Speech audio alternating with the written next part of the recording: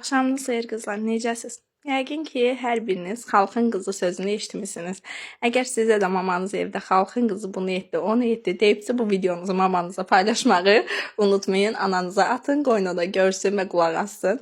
İnanın ki, mən ailə qurmamışdan qabaq mamam mənə həmişə xalqın qızı onu eləyir. Bax, filan kəsin qızı gör mamasına necə kömək edir. Gör filan kəsin qızı hansı işləri görür.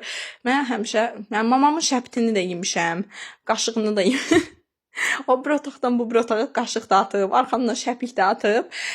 Hər bir şeyi eşitmişəm, amma həmişə mamama deyirdim ki, mən də xalqın arvadı olanda işlərimi görəcəm. Hindi görmürəm. Niyə deyirdim hindi görüm, bir də gedim ər evində işləyim.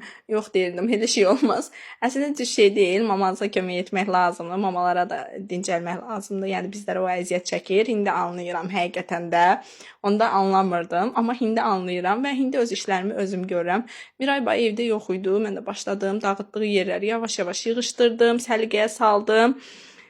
Miray gəlincəyə qədər qutardım. Miray yüzü gələndə evləri toz soranlayırdım. Bu günlərmə həqiqətən Miray məni bayağı yordu. Çünki şkafları 3 dəfə döydü. Kosmetikaların hər birini qırıqladı demək olar ki, aləmə qatdı.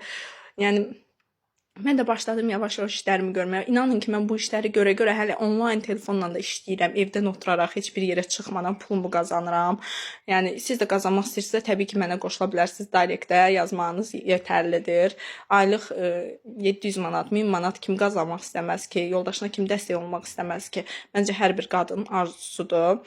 Nəysə qızlar, yenə də buradan hər bir valideynə səslənirəm ki, heç vaxt evladlarınızı xalq belə elədi, xalqın qızı, xalqın oğlu bu sözü ilə yargılamayın. Çünki hər kəsin öz potensialı var və qızlara qalanda da ki, mənim qızım iş görə bilmir deyə qorxmayın. Zaten ailəsi olduqdan sonra və yoldaşını, ailəsini sevəndən sonra hər bir işi özü zamanla öyrənəcək və hər bir işi yerinə yetirəcək.